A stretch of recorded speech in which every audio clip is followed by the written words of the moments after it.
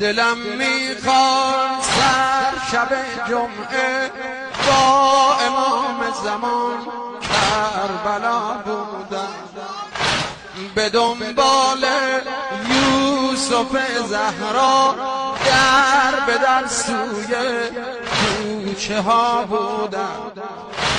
دلم میخواست غسل جمعه کنم صبح جمعه با آب نهر فرات، وضوی من اشک یک ریزه گوشه حرم سید الشهدا، مرا کشته درد شیدایی، امان از این عشق و رسوایی.